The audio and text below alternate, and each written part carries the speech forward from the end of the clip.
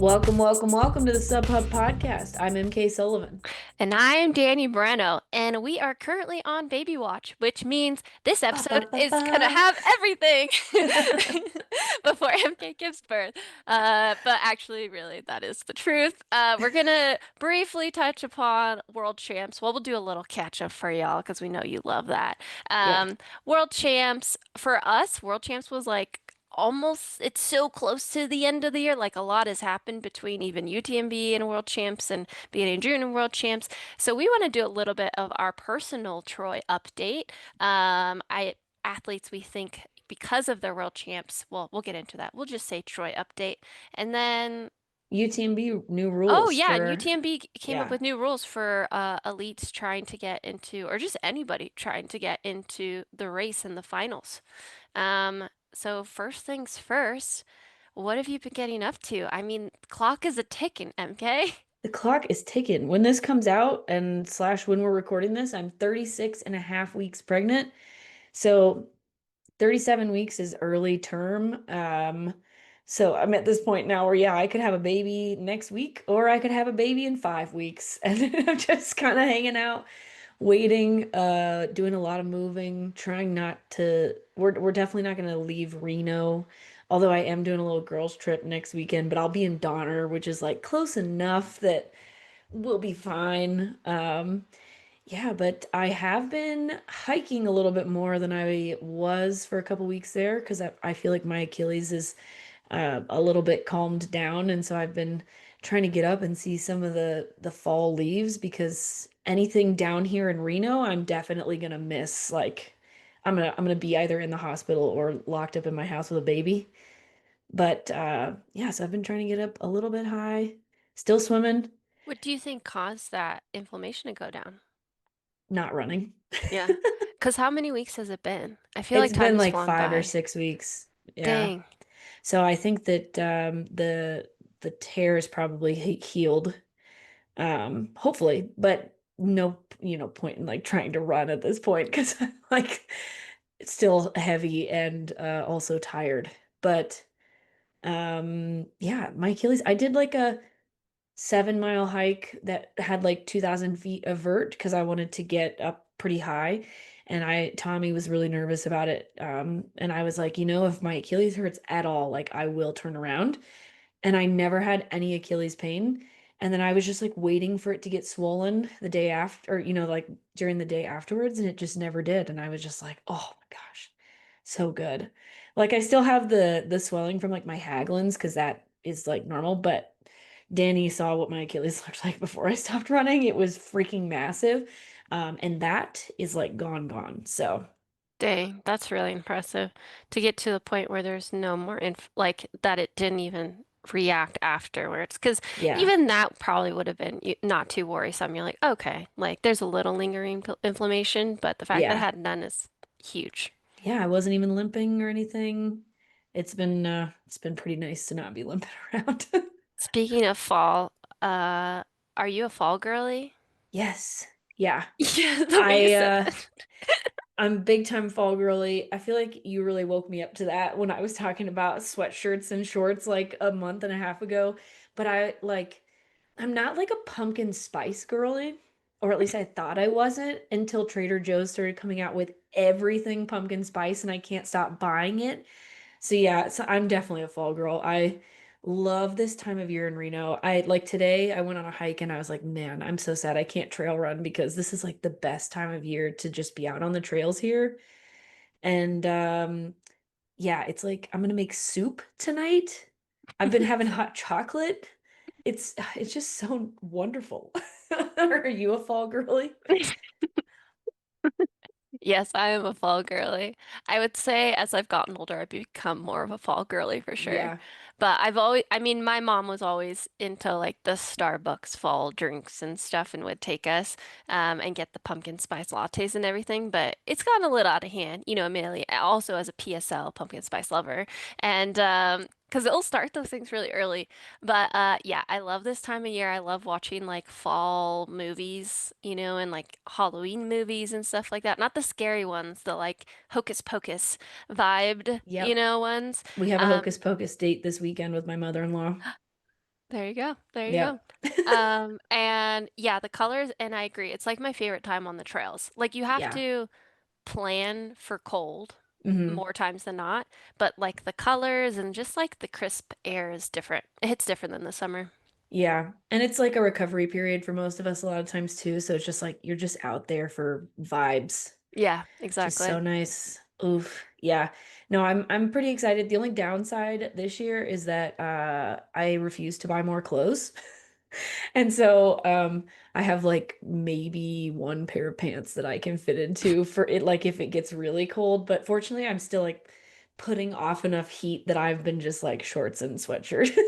Well, you're in the home stretch, baby, so you just got to get these next couple weeks in. And you Yeah. probably have sweatpants. You have sweatpants. Yes, that's like basically all I can wear. That or I like the jumpers that I bought for pregnancy, like for this summer, a lot of them are long. So I just have to wear like a long sleeve shirt underneath, even if it's not long enough. You can't tell. Dang. Well, folks, there you go. She's almost there. It might happen any second. It could happen during this podcast. When this Yeah. podcast getting ready, oh, that'd be crazy. Yeah. I mean, so like, everybody's different, everybody's journey is different, but like he's already dropped. He's like, this weekend, I was like, oh my gosh, I can breathe again. Like my lungs aren't being smashed. But then every once in a while, when he moves, like my whole leg will go like numb because I have like all of a sudden, a head in my pelvis just grinding my nerves away. Dang. So, I mean, yeah, we're definitely in the home stretch, but it's the worst time, I think, because it is such a big window and I'm so impatient anyways that I'm just like, oh my gosh, when is it gonna happen? Yeah, yeah. It'll happen when it's meant to be, for Yep. sure. Yeah, no, I get that though. It's a waiting game. You, though, have been returning to running a little bit. A little bit, yeah. It's been very like fingers crossed, like trying to trial and error more like what it can handle and stuff. But the running has been great. I think the best feeling is that it doesn't hurt at all during running. And like can finally run normal. Like the whole time between when I broke it to CCC, I felt like I was babying it and it was causing other things. But now I feel like very confident on it, which is cool. It's still like, um, it doesn't hurt during the run. Afterwards, it will be inflamed for a little bit, but then it goes away, which is very, very promising. And I'm not running every day. So I think now I've done Yeah. like 4 runs, I want to say, maybe 5, with like days off and biking in between. So yeah, I'm feeling very hopeful. I'm gonna get another X-ray in 3. I could basically get it in 2 to 3 weeks. I set it for 3 weeks, and then hopefully that'll show that it's done. But we'll get into it later in the podcast. But I was going to try and run UTMB Pacific Trails, which is a new trail UTMB race down in SoCal, but now I don't have to run it. So I don't know. I might just not do it now. So we'll see. Yeah.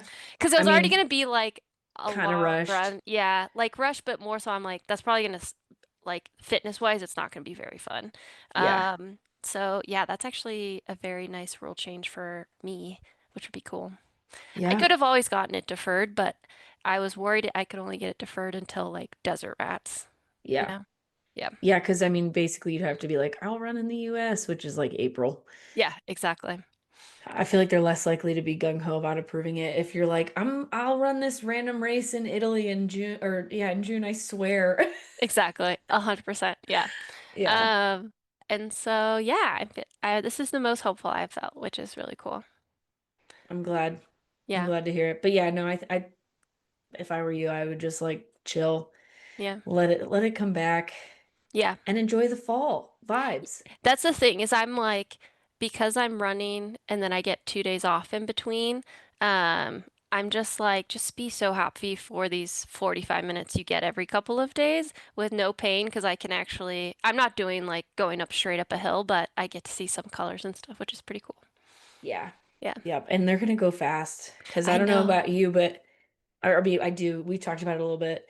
You were saying it's like almost like wintry in Mammoth. And I mean, even this week, I think I was telling you like lows of 40s, highs of 60s, but then I was just looking at the weather and it's like the highs are not even in the 60s anymore. So Yeah. the leaves will fall quickly once they change. Oh, 100%. We got actual snow this week, like Yeah. on the mountain, which was absolutely beautiful. And then today I met up with Katie Asmith to run, and it's actually holding in some spots where I'm like, okay, we're seeing a change, which is crazy. We'll see how this winter goes, but I have a feeling we're gonna have a wet Sierra winter. Knock on wood. Yeah. We'll see. But I mean, because we got a ton of rain this summer, and that's like kind of unusual for Reno. So, and it's been raining all week this week already.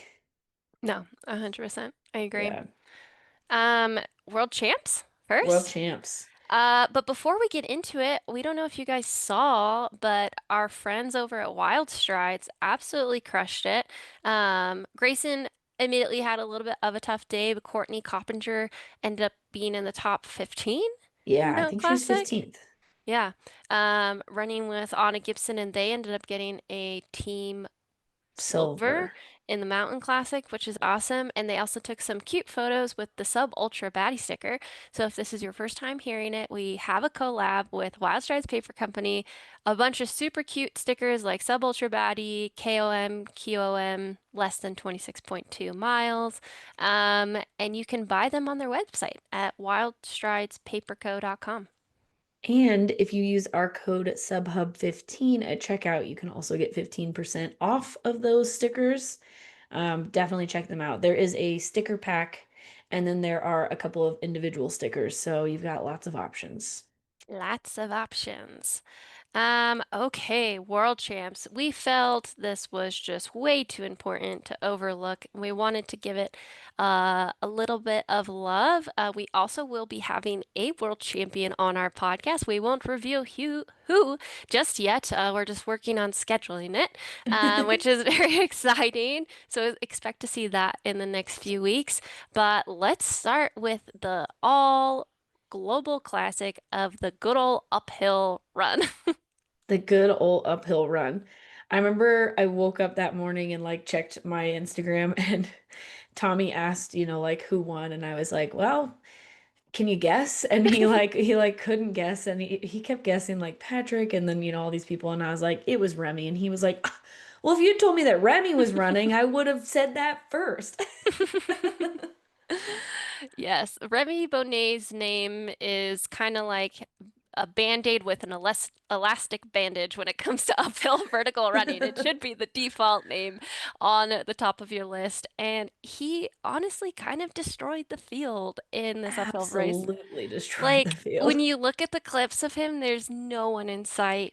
And I mean, he won by a little over, well, a minute and 10 seconds, which is a lot for these Yes. races, For a guys. 37-minute race. Yeah, that's a lot. That's like if someone won a minute in like a 12K flat or something like Yes. that. That is some damage, especially with the likes of Richard Amaya, Atuya being second, Patrick, two-time reigning champ being third. I would say that's kind of a rough day, and Christian Allen in fourth. So like Remy did damage to this field, but that's not to say that they also did not have great performances because they did. It's just Yeah. freaking Remy Bonnet.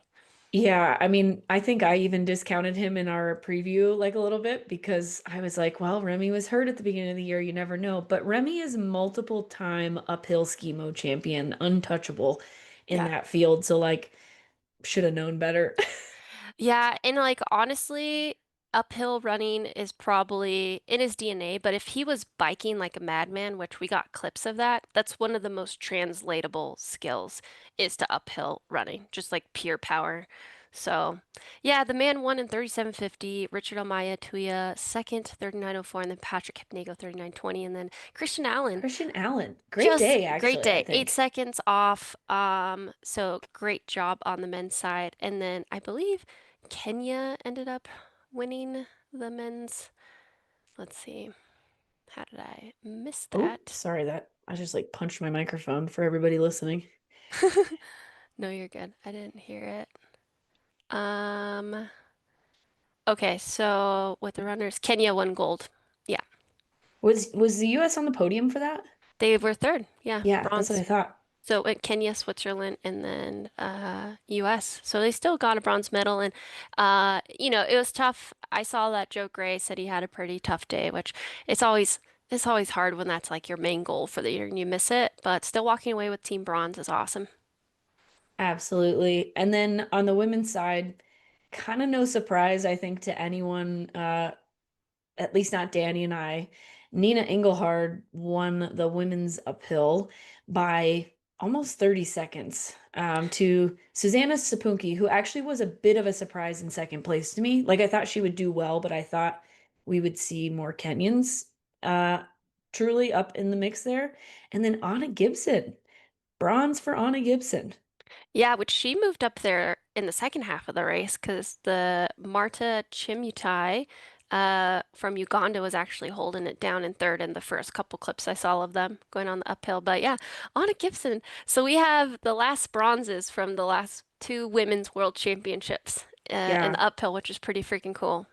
gold, bronze, bronze. We've got a pretty Yeah. good track record so far. Yeah, yeah, exactly. Which is But yeah, pretty cool. Nina Engelhard, like we still haven't seen a lot from her in, the last year, but she did win the uphill and the classic at European Championships last year. Um, and she was pretty dominantly in front of everybody in the uphill, so I don't think this was ever anything but her race to lose. Yeah, what's insane to me is on her World Athletics page. Check this. Her 5K PR is 17:21 and her 10K PR is 36:32. What Like is this gal doing? Where are like you racing?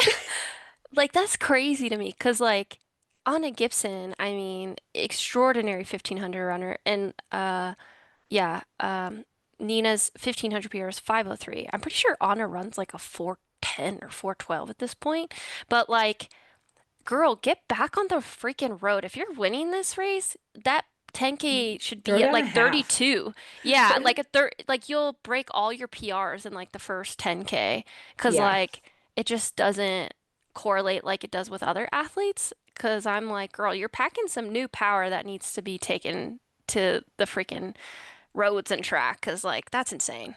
I would like to see Nina at Sears and Hall next year, just based Same. on Susanna and Scout Adkin, who has done really well at like the vertical, and Anna Gibson's like time at Sears and All. I would love to see Nina line up there. Oh, 100%. Yeah, for comparison, Susanna Saspunki ran 33:01 earlier this year Yeah. in the 10K. So like And that, I'm she like, was, that checks out. Do you get what I'm saying though? Like, am I yeah. wrong to do that? No, it's Runners crazy. can crank out a 10K, you know? Yes, because I've Yeah. always wanted Remy to do something like that. I would Yeah. love to see what Remy could do on the roads. Yeah. It's like, if, yeah, Remy could probably break 60 if he like really focused.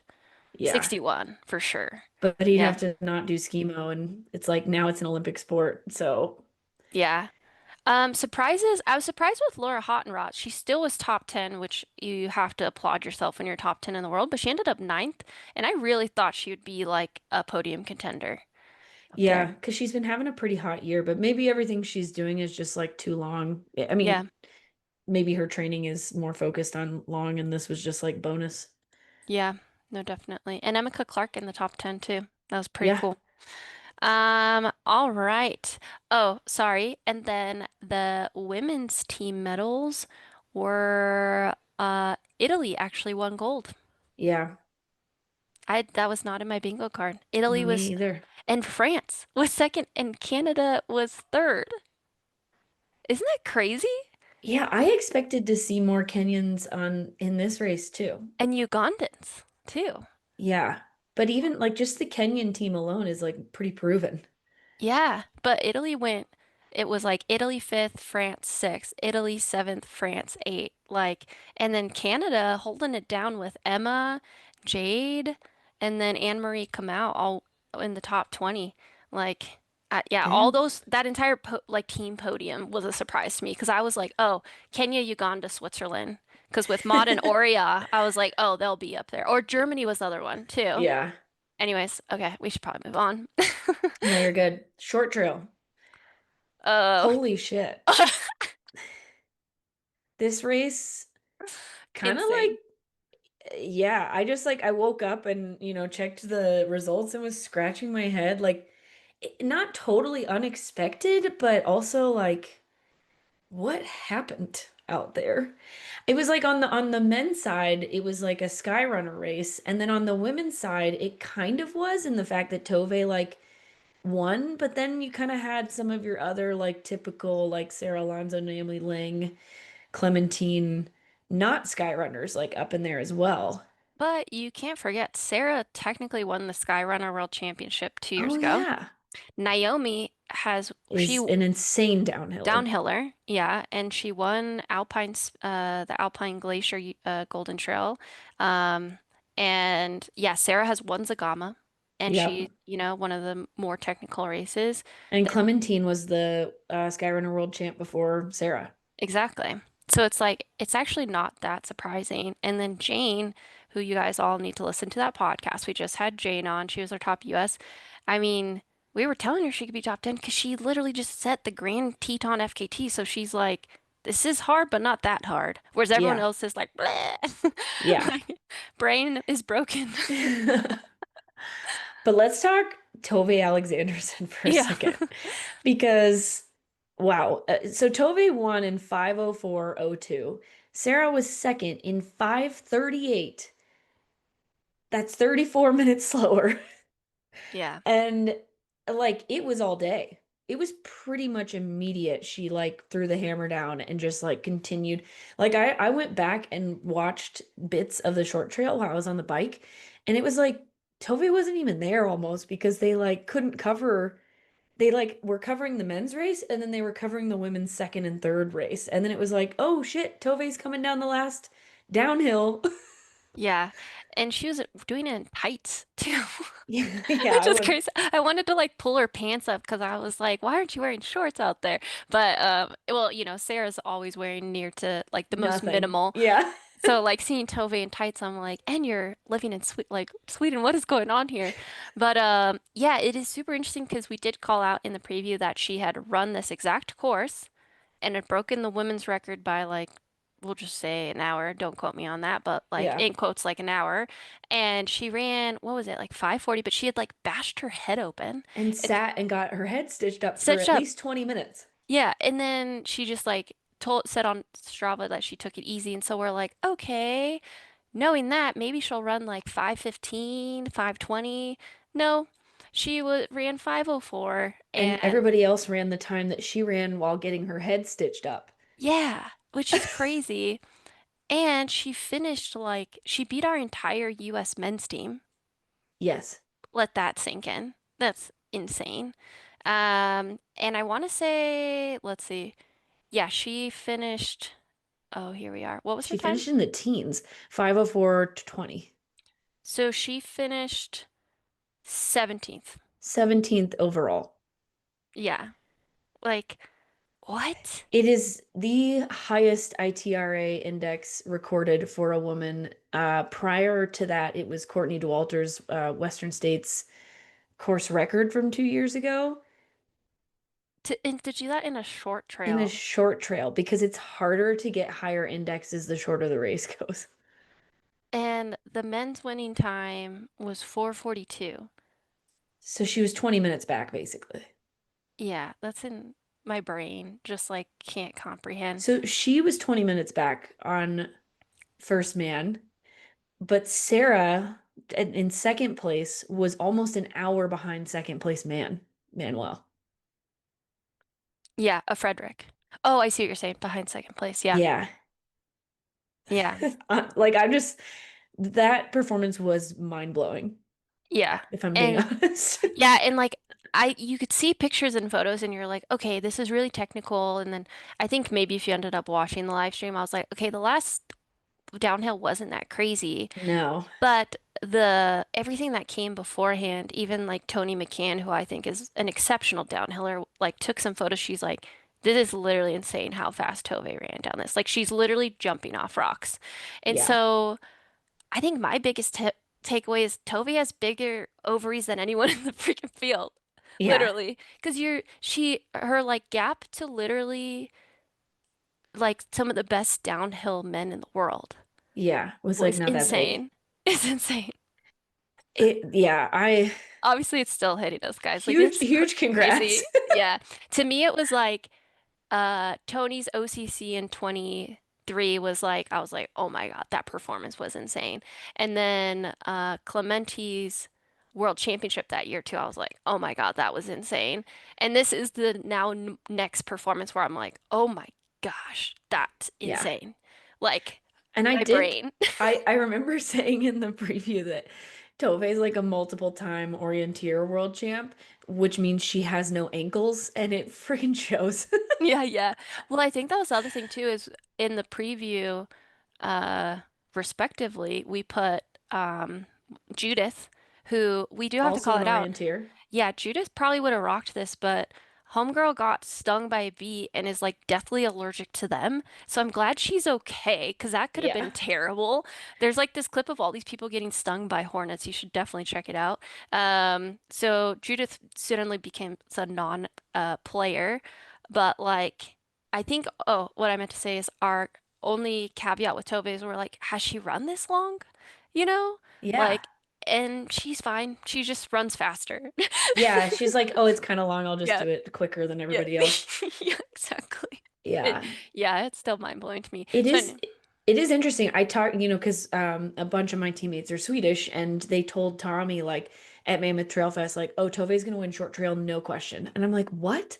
How do you guys know this? And Ida said the same thing ahead of time, and they were all so confident. And I was like, yeah, I'm sure she'll do great, but like no, somehow all of Sweden knew that Tove was ready, and she was definitely ready. I think all of Scandinavia knows. I think Yes. even Petter Engdahl at one point was like, if Tove ran all these races, she would win them or figure out because she has no concept of like fear, Yeah. basically, which we saw on display. And the girl can run freaking uphill too and stuff. So yeah, I think the obvious claim here is like this is the performance of the year, The performance of the year. inarguably. Yeah. I don't think anyone can question I that. mean, it's Like the performance you of could all come at time. me, but I'll come back at you. You Yeah. know, like, yeah, greatest performance of all time. And then where will we see Tove next? Because this girl, similar to Nina Engelhard, just like always pops in and then like Yeah. leaves because she was second at Mountain Classic last year to Grayson Murphy. Yep. Um, and then prior to that, these are the gaps in my brain. I'm sure she's done other races. Is like she's done oh man, what's that race in Sweden called? Oh, the V-Hall Marathon. She'll like do that Oh every now yeah. and then and Yeah. crushes it. If you go to the Golden Trail World Series Instagram, they have clips of her from the 2020 version when they had the stage race of her running downhill, and I think she got injured that year on the downhill. But again, that's like a perfect example of how Tove runs downhill. It's just like brain, out of head, you know? Yeah. Oh, and we probably won't see her again because she does still Orienteer. seriously take place in orienteering and in skimo, and that's a again an Olympic sport this year. So like she's probably trying to make a an Olympic team. Yeah, no, 100%. That's probably what it is. Yeah, the Olympics this year for the winter. Yeah. Oh, so Well, they're in Sofina. 2026, so like Oh, they're next year. within this Yeah, calendar year. Yeah. gotcha. Yeah. Anyways, we could go on and on around Tove, Yeah. but that's definitely a performance POTY performance Performance of the of the year. year, Yeah. Performance something like that. of the ever. Yes, but let's not overlook Yes. Sarah Alonso and Naomi Lang, who also had incredible performances. Two women we highly believe should be in your top 10 for Troy, because Sarah coming off of OCC and managing a second is like pretty awesome. She and Naomi, Naomi raced all day. yeah, which is really cool to see. Naomi, this was her breakout year. Like we already got hints of her last year, but this year she really established she should always be in the conversation, which is pretty awesome. So that was your Yeah. podium on the women's side. Top American, like we mentioned, Jane Moss in seventh place. I thought that was a fantastic performance by her. Oh, And 100%. a short trail woman did not make the podium, right? They did not know because it's time. Yeah, it's time. Oh, Sweden won. Sweden won. Yeah. This is crazy. I mean, they So, did put two in the top 10, which is yeah. great. But But we were like, Spain's not gonna lose, blah blah blah yeah, blah blah. They did lose a heavy hitter in Malin Osa. She also DNF'd due to some cramping. And then France took third, which also isn't surprising. You know what? One of my takeaways from this race was, though, actually, now that I'm remembering, is it is invaluable to see the course beforehand. Because both yes, Spain and France, a majority of their team saw the course beforehand, and Tove literally ran the course. yeah. So knowing what was to come, I'm sure was a huge help. I'm not saying that's why she got her performance, but it's a help, you know? It's probably why she ran so damn fast. Like she Yeah. was probably gonna win either way, but Yeah. like to be able to throw down that performance, like she knew the course. Yeah. Yeah. So that'll be interesting. And Um, then the men's race, I had so much fun watching this finish because obviously Frederick had a fantastic day. he had his day on the day.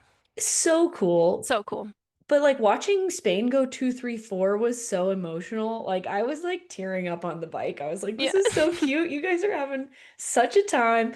And like every time a Spanish person came through the finish line, like it sounded like they were winning the race. It was awesome. That is so, so freaking cool. Um, But yeah, Fred kind of he had just his like day. he like went out and stayed out. Yeah. And I think he surprised himself because there were a lot of men in the conversation in that first uphill, but then after the first downhill, there were not. Yeah. Another person who is a very frequent on the Skyrunner World Series. It did make me curious, outside of seeing the course, if like so now we know the world champs is going to be in South Africa. If that truly is your focus in 27, and you go, I guess in this case, everyone knew this course was going to be technical like a year out. Do you just say, Yeah. like, F UTMB, I'm going to run all the Skyrunner races this year?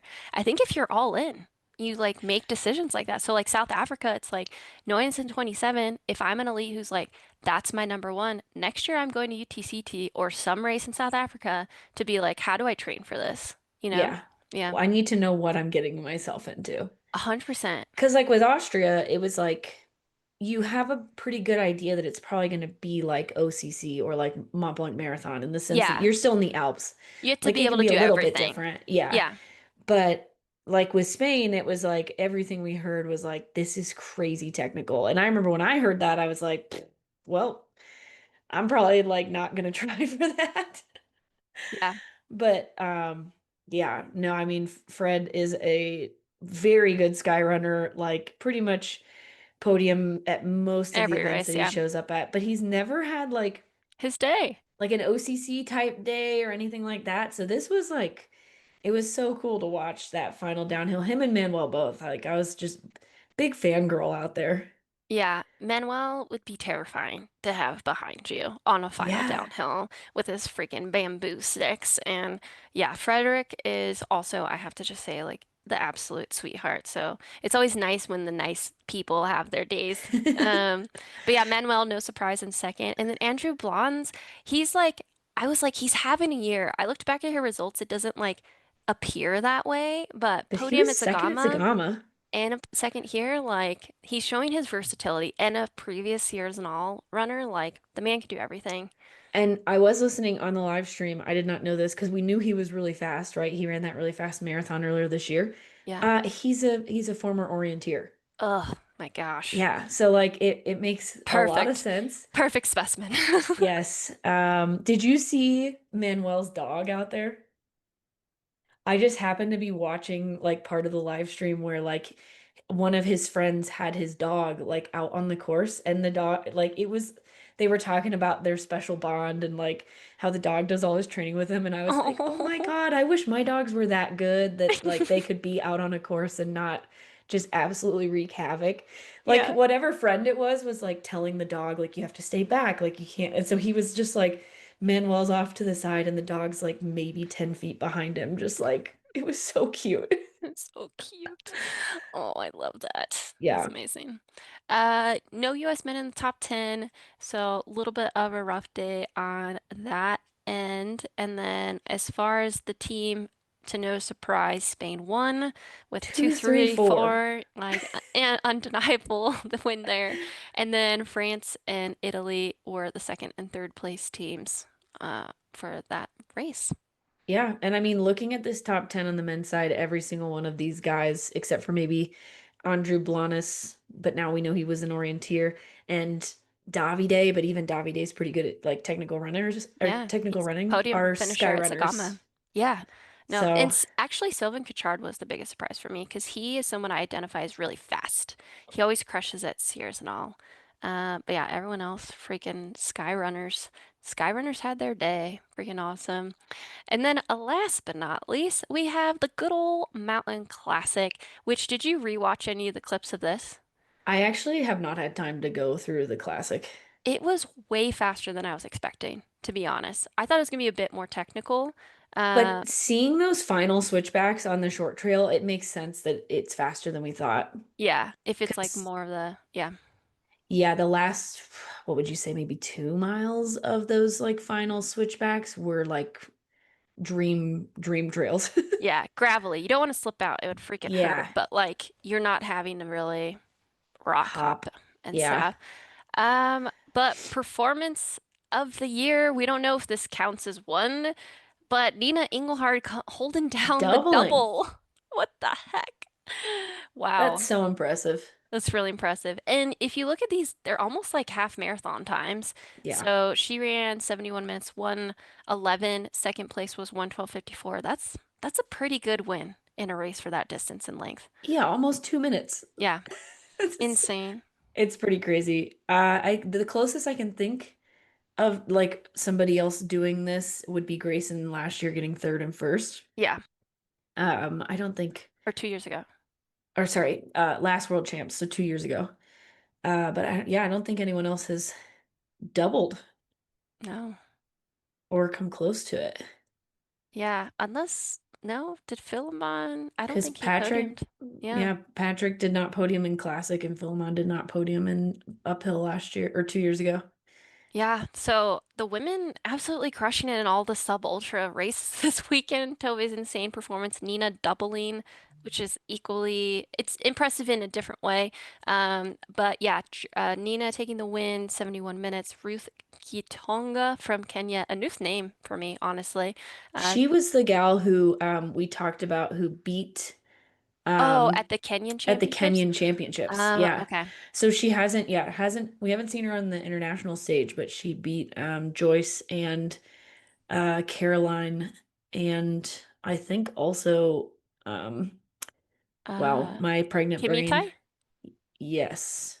Or no, the gal who just got popped. Oh, Sorry. Joy Joylene. So it was Joylene. Phalaris, She Joylene, and yeah, she beat those two women is what it's saying. I'm sure there's yeah. more in there too. So okay, that's not surprising then. Yeah. Great debut then, or Hmm. at the World Champs, and then Oria Lassi for Switzerland, Yeah. 73:15. Honestly, I'm not too surprised by that because she's No, very fast on the roads. yeah, and she crushed years and all this year.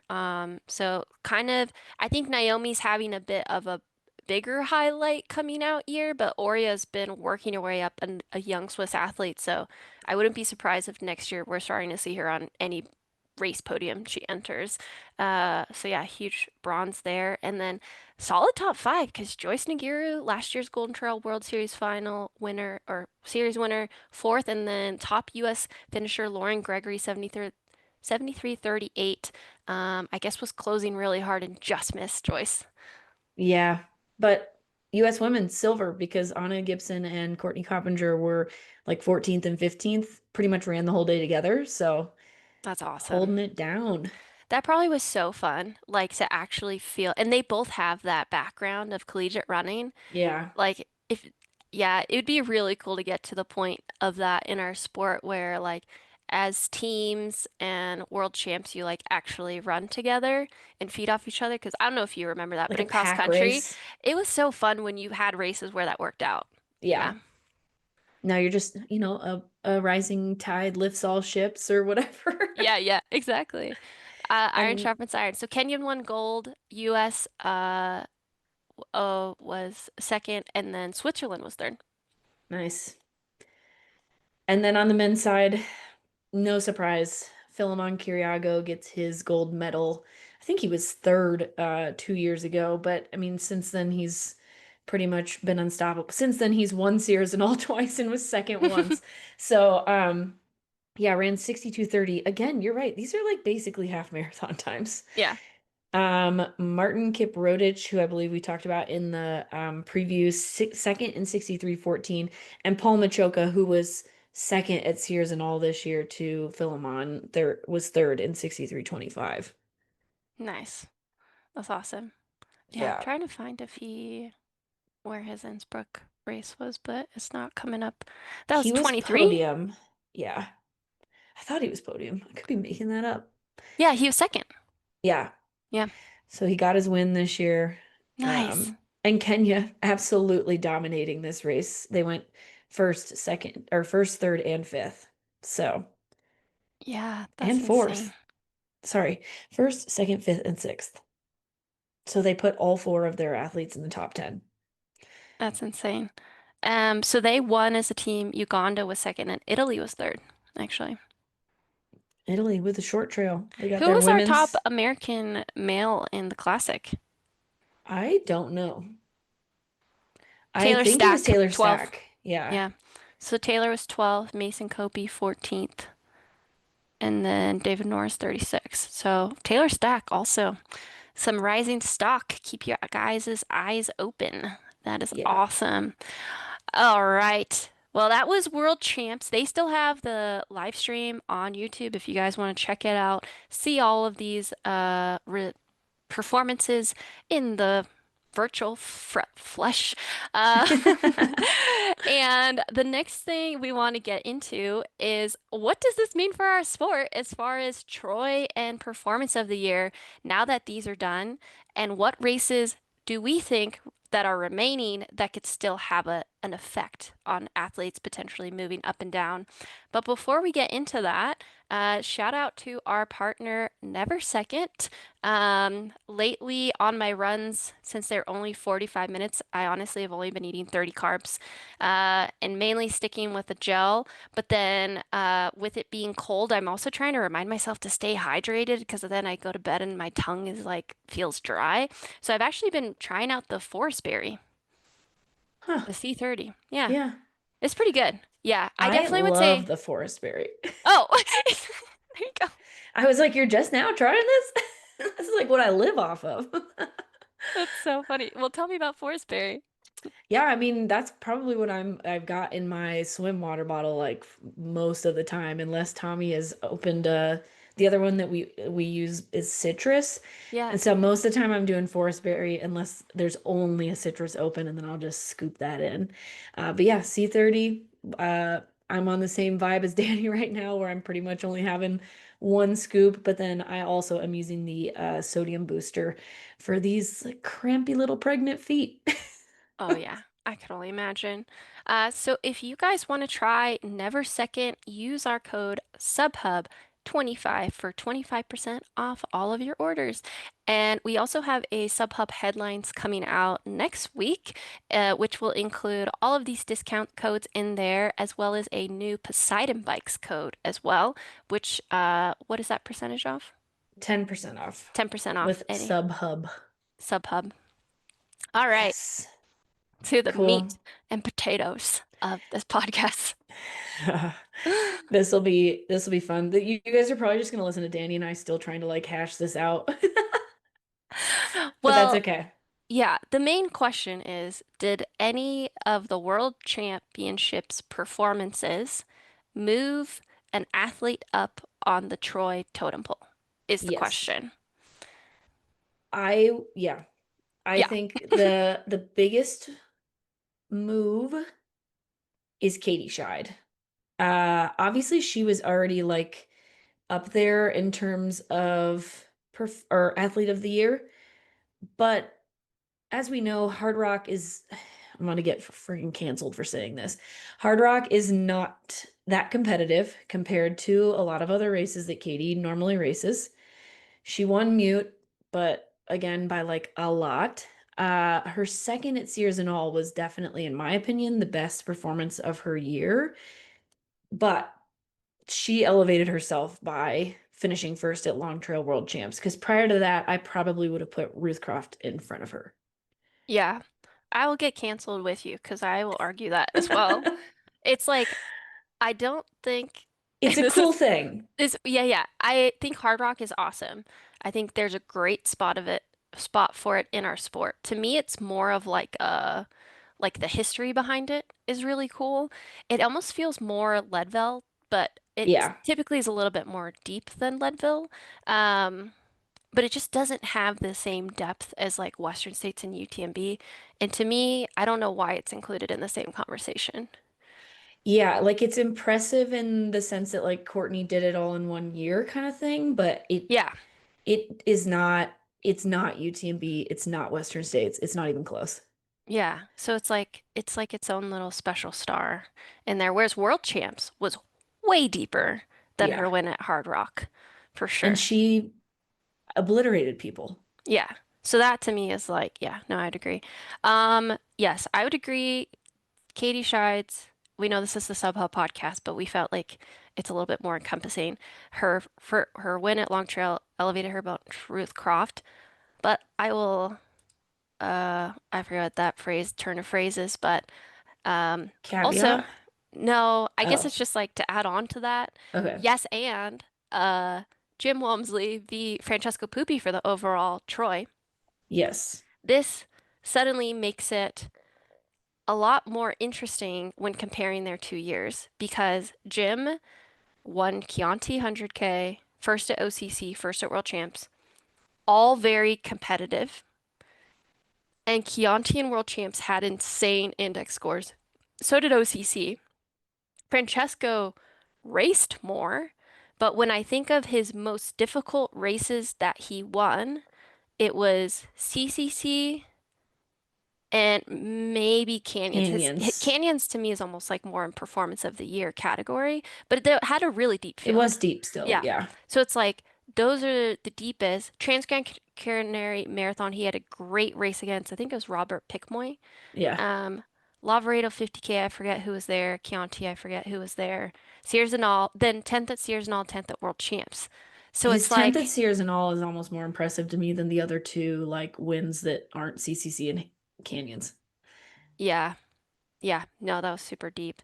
So to me, it's like, I think you just pick which one is better. But if you're going purely off of index, Jim It's wins, Jim. but Yeah. Francesco Pupi made himself more vulnerable more times this year by racing more. Yes.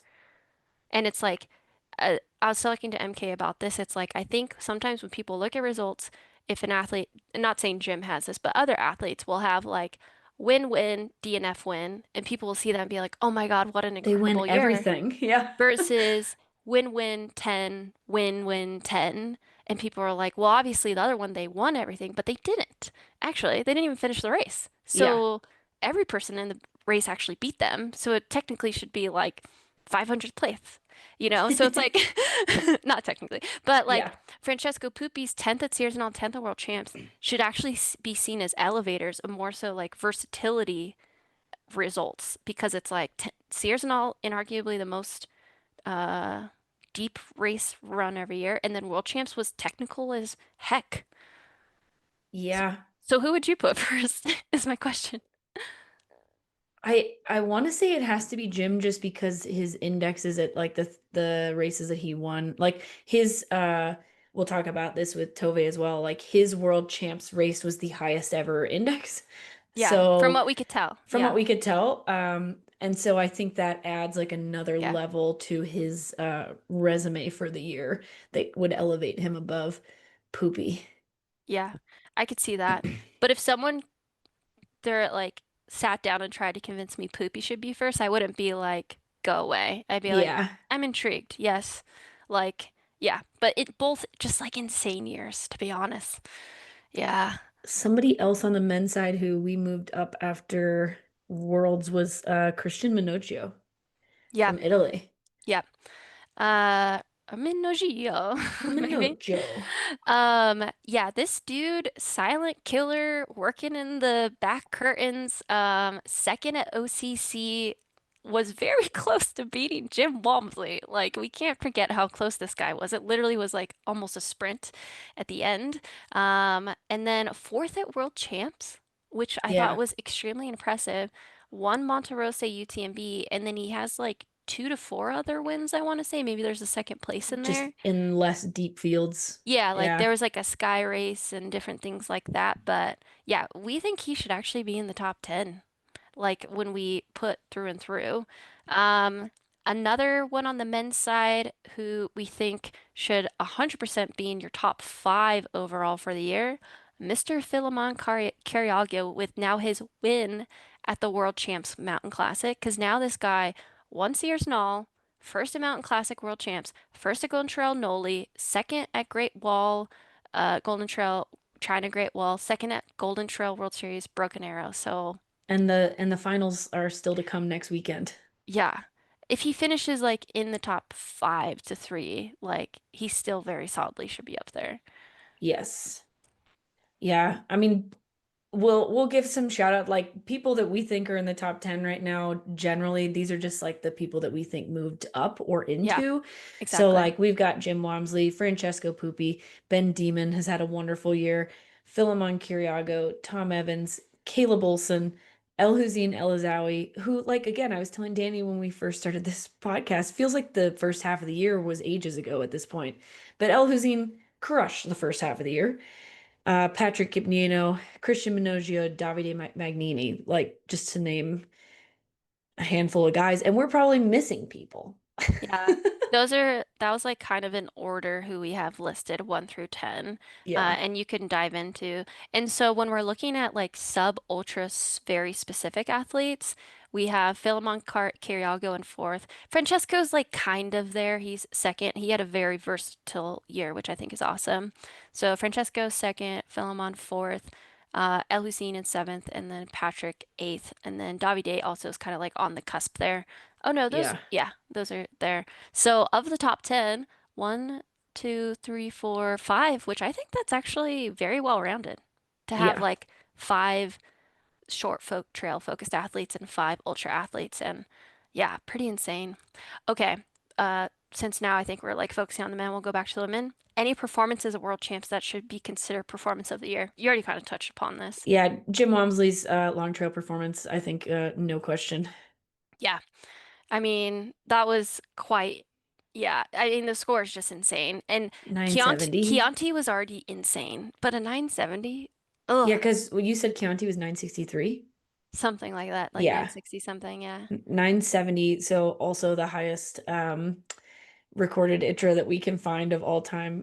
Prior, that was El Hussein and Killian's 1-2 at Sears and All last year.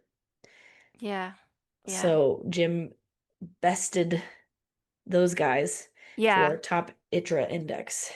Yeah. That's insane. That's crazy. And then we also want to throw out there, because we can't remember if it's 3 or 5. I thought it was 3 for some, but no, I think you are right. It's 5. Remy's uphill. Like, I think should be considered in the top 5 as well for some people. Yeah. Wouldn't put him in the top 10 for athlete of the year, but his performance at uphill was definitely one of the performances of the year. 100%. Yeah. And then just for context, a couple of the other ones we were thinking, Tom Evans, UTMB, Francesco Pupi's Canyons 100K, Philemon's Sears and All, and Caleb's Western States. Yeah. Yeah. Sick. All right. We'll Women, back to the women. skip it and do back to the women. Obviously, you have to remember that we are women and we compete against these women. So is a layer of more in-depth knowledge that we're always trying to balance with And the also men, bias. but there is biased, and so admittedly we are more likely to have missed a man than a woman, I would say. And so we're sorry. Uh, but yeah, it's hard when you're like texting these friends every other weekend or something like that. So as we said, Katie Scheid, Ruth Croft. This is kind of the order we have right now. Tentative. Katie Scheid, Ruth Croft, Judith Weeder, and Sarah Alonso. To me, they're very neck and neck. I think it depends on what happens at the Golden Trail World Series final, to be honest. But they both have had freaking years. So I would say they're like 3-4 tied. Meow Meow is a hard one to freaking place, to be honest. She's in 5 right now, but someone could argue me. other runners moving above her. Her biggest thing is her win at OCC was kind of insane, and then she had a heck of a run at Val d'Aran. Um, And seventh at Sears and all, still no slouch. Still no slouch, still no slouch. Madalena Floria, another runner who like has been quiet the last couple of months and seems like a bunch of stuff happens, but she is the current Golden Trail World Series leader. Yeah. Uh, Yeah. Again, like with El Hazine, like I almost yeah, forget that they've had a season because it's been months. yeah, it's insane. Martina, I actually don't know. Milner check. I think it's We're Milner check. check. Milner She's check. had a year. An example of someone though who does have a DNF in their resume for 2025. But she was first at CCC, first at Monte Rosa 50K, which, you would argue there, I don't know who the competition was there or at UTMB Istria, but she did break the course record at CCC, which is elevator, kind of like Meow Yao. Um, Anna Teresova has had an insane freaking year. She was third at CCC, first at Lavaroda 80K, first at Mozart 100K, first at Mount Fuji 100K, first at Tenerife Blue 100K, first at some other Spanish 100K. Caroline Kimutai, who won Sears and All, and then Nina Engelhard moving into the 10th. Runners who we think are knocking at the door, which Golden And Trail this was could, really hard. yeah, like Golden Trail could move them up. Naomi Lang, Malin Osa, Anna Gibson. Like, tell me what their results are already at Golden Trail, and then I could place them better. Yeah. And then some other names, Abby Hall, who won Western States, Sylvia Nordic Star, Anastasia Rubtsova.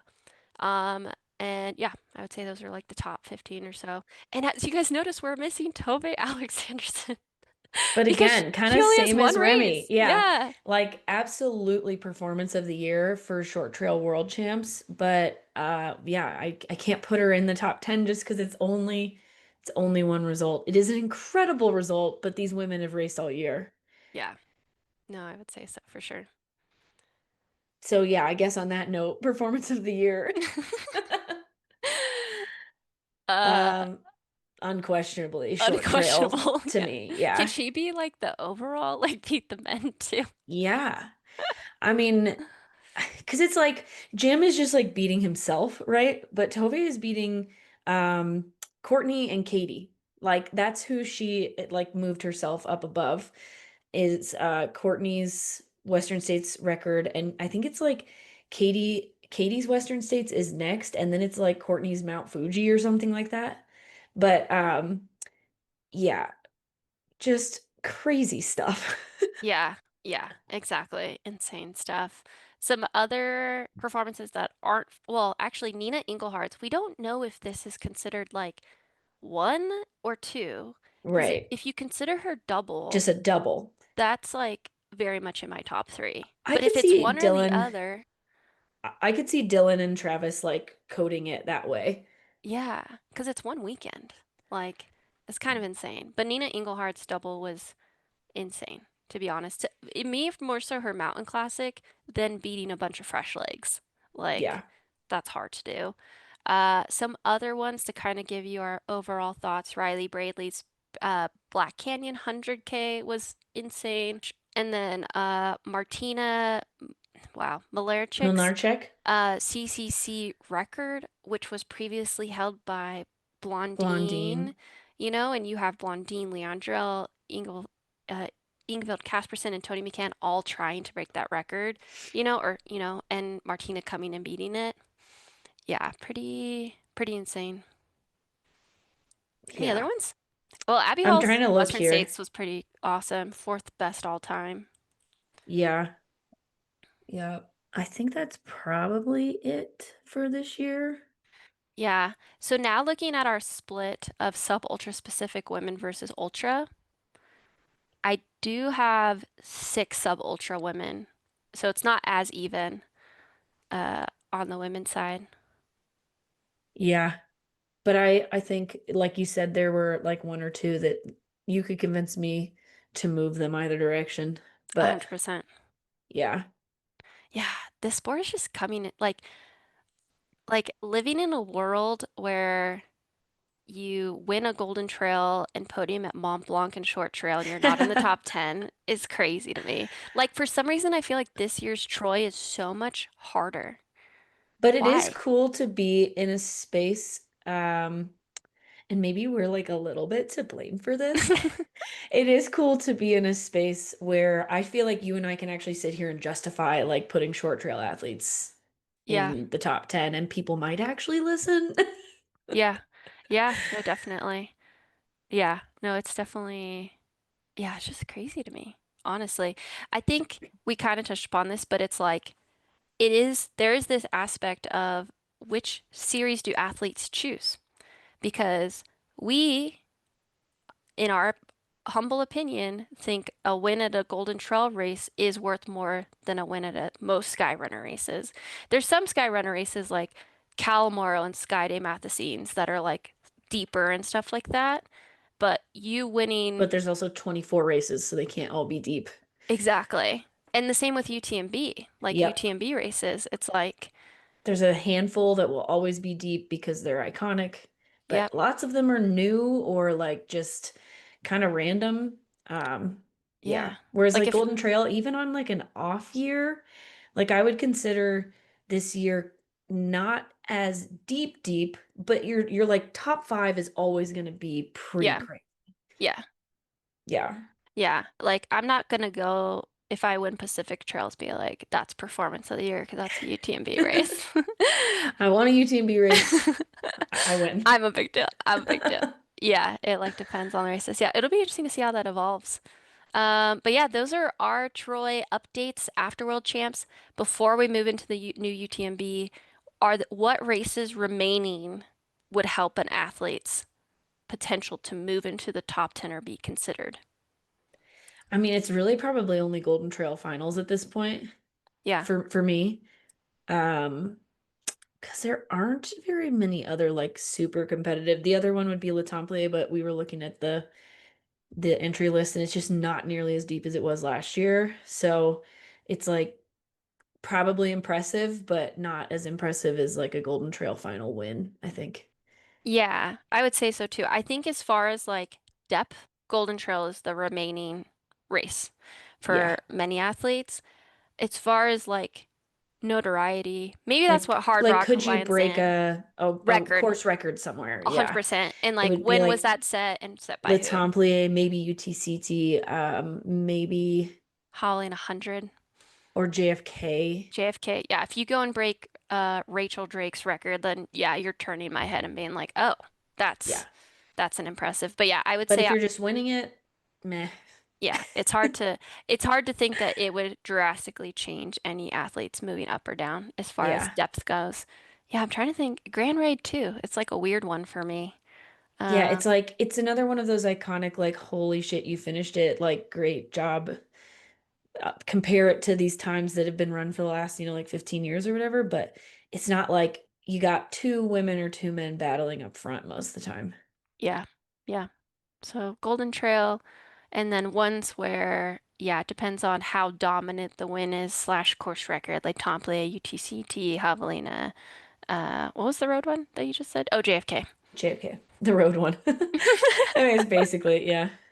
Half road, half trail. You got it. Yeah. Sick. Well, we're interested. If you guys are listening on Spotify, write down in the comments what we like, if you disagree, agree, If you feel who like should, canceling us for talking yeah. about Hard Rock.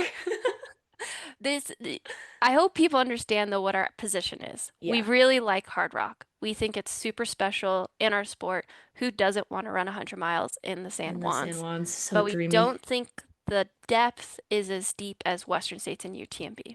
When you're comparing directly to those two races, they aren't in the same conversation depth-wise. I just want to Yeah. make that clear. Depth. Depth. Yeah, it looks like a freaking hard race, but depth-wise, yeah. Yeah. You guys Um, know what we like here at this podcast anyway, so. we like depth. Like deep holes. Oh Um, gosh. okay. So, last but not UTMB. least, UTMB changed their rules recently, and we just want to make sure to get this out there because it's actually super interesting. Got an email this morning from PTRA. So, as of current, before this email, the rules were you had to qualify in the calendar year for the following year, i.e., Jan 1, For 2025 to December 31st, 2025 to qualify for 26.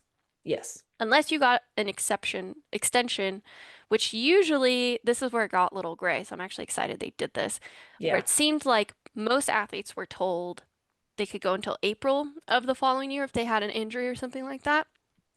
That's what it was before. And then top three at the World Finals, which is crazy. So if you podium in the most deep field of the whole year in the UTMB series, and then if you placed in the top three at a UTMB World Series race or top 10 at a UTMB World Series major, which is based on continent, that would get you into the following year. Yeah. That's what it was before this email. So what is it after the email, MK? So now you can qualify for 2026 all the way until June of 2026. So like you had from January 1, 2025 until June of 2026 now to qualify for a race in August, which is a lot of time actually. A lot more It's kind generous. Yeah, it's honestly kind of what it was before they changed it. Yeah, Before they like changed all these rules. But and then top five men and women from the 2025 event, so no longer top three, um, now are automatically qualified for 2026. They just have to get a stone, which super easy. Killian literally walked a 21K one year to get his stone. So But then injured himself. Don't forget that. yeah, he didn't injure himself walking. And then it says non-top elite athletes can still ask for a qualification deferral until June of 2026 because they do still have like their elite athlete minimum scores, which is you can find that on the website. But yeah, the window is longer now, which is nice that like trying to run a UTMB final race, on August 31st or whatever the date happens to be, and then trying to like regroup and requalify at the end of the year. Like, great, if you got it out of the way already early in the year, good for you. But some people didn't have time or were hurt, and then they're like trying to squeeze in a race before December, and that's always risky. So having until June is sick. Yeah, it's super, super sick. Yeah, being an athlete currently in that situation where I was like, oh shoot, I need to go run Pacific Trails because I'm not going to make Kodiak and I don't have time in my life to go fly out to Sweden or Yeah, Brazil. It's really, really nice to have that because life happens and post UTMB, it's just always it's a like gamble. it's a gamble for athletes. Like it's such a hard push up into that point. And know that this doesn't the like top I'm trying to think. Yeah, I think that's it, actually.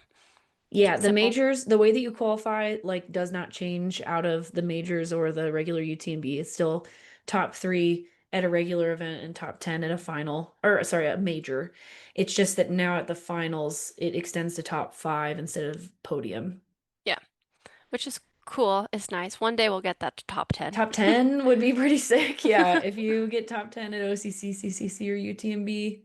But it's a step, and we will take it. Yes, definitely. Cool. Oh, and there was something else about how your index, like, I'm gonna botch this, but it was like you maintain your index through the end of the year, basically. Like your index doesn't drop until, I don't know. I'm not even gonna try actually, but there was something else in there about maintaining an index that you received through It the just end of the says calendar year. an athlete who enters the top elite list as of September 15th cannot be removed from it until the end of 2026, so to the next year. That's pretty cool. Yeah. Because Yeah. sometimes you just don't race, and like if you're on the cusp, like you can drop 2 points and not be able to get into races. Yeah, yeah. It's crazy how fast it can drop because it considers the previous 2 years or something like that. Yeah. Yeah. Wild. Well, there's that. Anything else? I don't think so. I mean, we're really excited about our interview that we're still scheduling for next week. Hopefully I will be on it. If not, Danny will crush it and I'll miss you guys. But yeah, I mean, season's almost over. I mean, Yeah. to me it feels like it's over like next weekend with Golden Trail, but I know that it's only October, so Yeah, then the start of golden tickets for next year begins, which is crazy. yeah. it's nonstop out here in the US, you know? Non-stop. Um, cool. Well, you guys check out those codes. Keep an eye out for our Sub Hub headlines, and we will be back with y'all very soon. This has been the Sub Hub Podcast.